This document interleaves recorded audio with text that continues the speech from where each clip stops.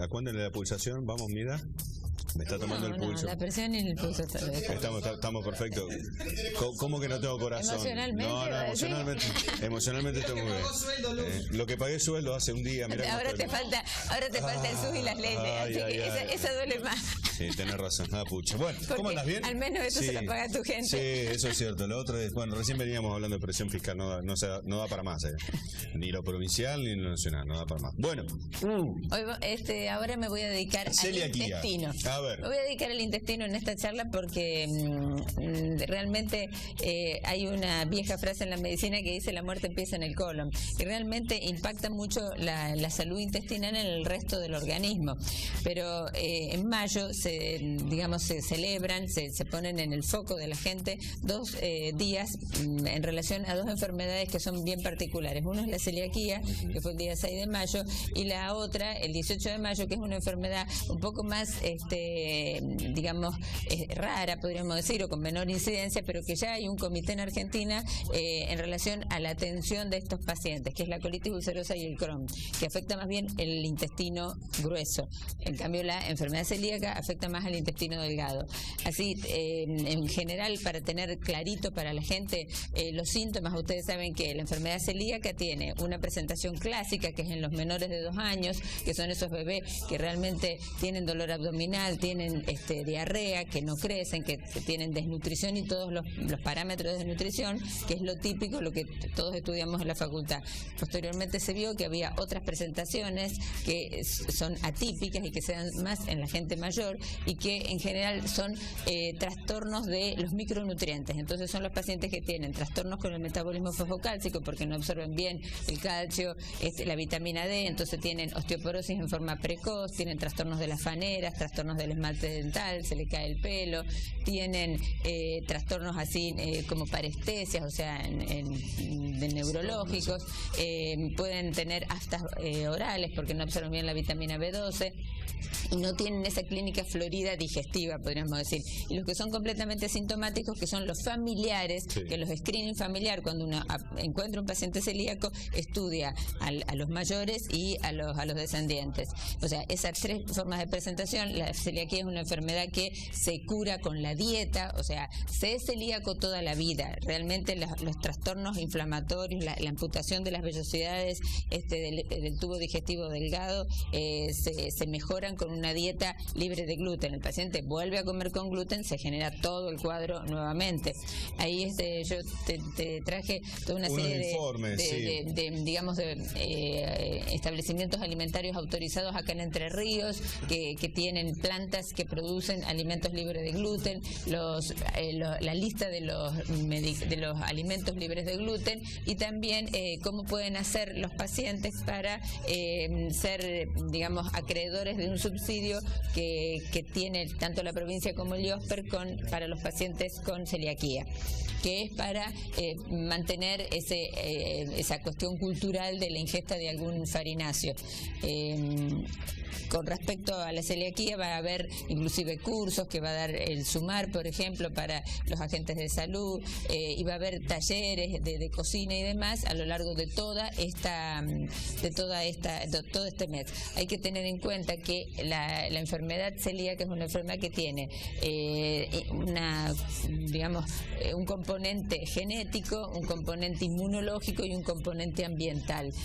Por eso se da más en pacientes que tienen, por ejemplo, diabetes tipo 1, que tienen hipotiroidismo, enfermedad de Hashimoto, que tienen artritis reumatoidea, que tienen cirrosis biliar primaria, hepatitis autoinmune, es decir, ya tienen siempre hay una cuestión inmunológica. Ahí vamos a tener, si me disculpa, directora, hay unos afiches, unas hojas, ¿no es cierto? Unos nomencladores donde hay un programa de gobierno, ¿no es cierto? También donde pueda uno llegar a asistirse o dirigirse como para tratar de buscar una contención. Es una especie de subsidio para que los pacientes tienen un importe, un dinero para poder hay un listado, adquirir, una planilla de listado. Claro, ¿y cómo se hace para tener ese subsidio? Para gente que no tiene obra social y para los que sí la tienen, de IOSPER, por ejemplo, y eso, todos los pacientes con enfermedad celíaca demostrada pueden tranquilamente hacerse... El Estado le da un subsidio para las personas que padecen problemas celíacos. Sí, para que puedan consumir esos alimentos que siempre, bueno, tienen un cierto costo. Igual, ¿cuál es la alimentación? O sea, el enfermo celíaco no tiene que ingerir alimentos que tengan trigo, avena, cebada o centeno. Pueden utilizar otros alimentos, digamos, otros farináceos, otra mezcla de harinas para hacer cuestiones de pastelería o amasados, pero recordar que como toda la alimentación de todas las personas, lo fundamental son las proteínas de alto valor biológico, es decir, ingerir carnes, pollo, pescado, cerdo magro, huevos, lácteos, frutas, verduras, frutos secos, todo en su corteza, todo digamos, ¿cómo les puedo decir? La compra así a granel, contaminada, no va en el paciente. Por eso, si van a ir a comprar nueces de una dietética, que estén con la cáscara. Que esté con la cáscara, mirá, perfecto. Son muchas las personas, ¿no es cierto?, que padecen esta enfermedad. El 4% ¿Y por qué se ven incrementando todo lo que pasa es que se han mejorado el diagnóstico, y porque realmente se ha visto que había un montón de personas que no las diagnosticaban, que eran los adultos. Sí. O sea, yo tengo pacientes que tienen 70 años y que han tenido familia, digamos, o sea, antes a donde se apuntaba era realmente a la pediatría. Ahora se ha visto que están los asintomáticos y estos que tienen estos otros pacientes que tienen una manifestación distinta. Y con respecto a la colitis ulcerosa, el Crohn, que es la enfermedad inflamatoria del intestino grueso, esto recién está empezando en la Argentina. Realmente es una patología grave, una patología en donde básicamente tienen dolor abdominal, deseo con urgencia de evacuar el intestino, la materia fecal puede tener sangre, puede tener moco, llega a ciertas enfermedades como por ejemplo la colitis ulcerosa a urgencias médicas quirúrgicas, inclusive pueden tener fístulas, puede haber realmente lesiones, digamos, hemorrágicas en el intestino, degenerarse en neoplasia. Es una enfermedad muy, digamos, realmente muy de manejo específico del gastroenterólogo, rara en la incidencia, el 4% de la población en celiaquía, el 1 cada 100.000 en enfermedades, en colitis ulcerosa, por ejemplo, pero existe y realmente el paciente debe atenderse, saber que todo esto también se diagnostica, y que uno de los consejos también es observar la materia fecal, observarse los síntomas. El colon habla, el intestino habla, el abdomen habla, es decir, cuando te duele el abdomen, cuando te sentís distendido, cuando no te cae bien la comida, bueno, consultar, porque realmente siempre la consulta precoz maneja mejor estas enfermedades. Acá vuelvo a lo que estábamos hablando, Luz, acerca del sistema de inclusión, ¿no es cierto?, que el gobierno da en el orden de la provincia, en función de los titulares del derecho al programa alimenticio para personas con celiaquía. Se encuentra comprendido la población incluida en el programa de A la Mesa Entre Todos. Para encontrarse en riesgo social, estos reciben además una prestación básica de 150 pesos en el Plan Nacional de Seguridad Alimentaria, ¿sí?, no presentando ninguna incompatibilidad entre ambas programas y prestaciones. Entonces, aquí lo que estamos mostrando es para que ustedes se sumen además en el ANSES. Hay 150 pesos extras que da la Nación, presentando fotocopia de biopsia de intestino que confirme el diagnóstico, fotocopia de DNI, primera, segunda hoja y cambio de domicilio. En caso de ser menor de edad, presentar fotocopia de DNI del responsable tutor, informe socioeconómico y certificación negativa de ANSES. Todo eso como para tener 150, eso es a nivel nacional. Hay otro programa también a nivel local. Me pasa por ahí mucha gente para ir a solicitar este tipo de incentivos, que por ahí es bajo, ¿no es cierto?, en cuanto al dinero que puede llegar a conseguir, y tiene que presentar informes como el socioeconómico, etcétera, etcétera. Por ahí mucha gente no se anima. Me parece que no es tan engorroso. Creo que el IOSPER también lo tiene, no sé si no son 310 pesos, o sea, gente se sumaría la Nación a lo local. En lo cual va juntando, digamos, más ayuda, porque bueno, las mezclas, las premezclas, tienen un costo, ¿no es cierto? Que bueno, es para respetar digamos, la tendencia cultural de comer algún pancito. Sí. Pero ya les digo, no es porque realmente nutricionalmente sea bueno de nada. No es nada. Ahora, países como Brasil, por ejemplo, que poco y nada tienen con trigo. De hecho, son mucho pescado u otros productos del agro, pero el tema de trigo es casi nulo. Cuando uno sale un poco del sur. De hecho, para que haya pan en la mesa hasta tenés que pedirlo. Ni directamente no es costumbre.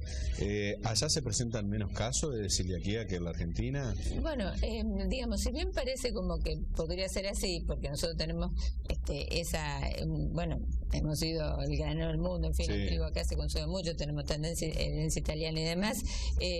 Esta es una enfermedad que tiene incidencia genética, es decir, que probablemente más esté impactando quienes colonizaron acá Argentina, o sea, puede ser que tenga más relación con eso que con lo que la gente come, porque pero sí, indudablemente es como te dije, es la genética, el ambiente y la respuesta inmunológica de cada paciente. Tal cual.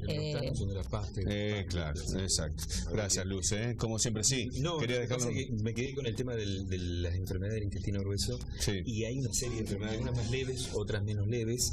El caso de la gastritis, el estreñimiento y la diverculitis serían las más leves. Claro, y las más duras, en este caso, angiodisplasia, la enfermedad de Crohn, el cáncer de colon y la colitis ulcerosa, ¿no? Con respecto a la diverticulitis, es bastante frecuente en la gente mayor. Claro, ¿no? Es como si fuera como que es una enfermedad por aumento de la presión dentro del lumen intestinal. Entonces, al aumentar la presión, es como que salen ciertas debilidades de la mucosa como si fueran unos globitos fuera. Esos son los divertículos. El problema de los divertículos es que se pueden inflamar, infectar, ulcerar y por lo tanto hacer una perforación intestinal y un cuadro como si fuera una apendicitis, vendría a ser una diverticulitis con peritonitis, y se pueden malignizar, es decir, puede haber cáncer con respecto a eso. Por eso hay, digamos, lo más común son las diverticulitis, que pueden ser cuadros dolorosos abdominales que en general calman con antibióticos, con reposo digestivo, pero son bastante frecuentes. Una cosa es tener 1 o 2 divertículos y otra es tener todo el colon diverticular. Y con respecto a al colon irritable, que también me estaba preguntando, el colon irritable es una patología funcional. El colon no está enfermo, no hay patología estructural, es una patología funcional, es decir, el estrés, la dieta, el no masticar, el comer parado, claro, tal cual, cenar a las 12 de la noche, irse a dormir, levantarse completamente distendido, el mate a la mañana, tomar, digamos, aspirar mucho aire cuando uno se alimenta, o sea, todas esas cosas van inflamando el intestino y da cuadros dolorosos, retorcijones, y en general con un buen tratamiento psíquico y dietario y de manejo de todas estas cuestiones, de masticar, de detenerse a comer sentado, a no estar conectado al celular y nervioso y hablar y demás, todas esas cosas influyen completamente tanto en el tracto alto como la gastritis como en el tracto intestinal. Pero bueno, es muy frecuente, muy influenciado por todo lo que fermenta, por una dieta rica en hidratos simples, por el alcohol, por la cerveza, por todo eso, digamos, es terriblemente malo desde el punto de vista funcional. Por eso días de ayuno, días de dieta, una dieta líquida, es como que entra en reposo. Hay que limpiar el cuerpo, diría el abuelo. Me voy a hacer 3 días para limpiar las tripas, dijo el abuelo. Sí, inclusive antes se usaba el enema. Prefiero dejar 3 días de ayuno, doctora. ¿Sabes por qué digo esto? Porque el gran problema del colon, digamos, de la videocolonoscopía, que es un estudio que hay que hacérselo sí o sí a los 50 años, si no tenés antecedentes y si no antes, cada 5 años, es un estudio que te salva la vida. Y tiene una preparación, la famosa preparación, que es como una muy buena limpieza intestinal. Y es ¿Pero qué te dan para la previa lavandina prácticamente? Es feo el brebaje ese previo, es feucho, Estuve a punto ahí, me dijeron, no, para venir, los 50 venís, pero vi algunos que estaban al lado y quedaban, Pero los que estén dudando en hacérsela, hágansela porque es lo que te salva la vida. Gracias, doctora. ¿Dónde está el consultorio de la doctora Luzón? En Nogoyá 177, como toda la vida, ¿sí? Gracias, doc. Muy bien. Como siempre, un aplauso grande a Luz, como siempre, cátedra cada vez que viene.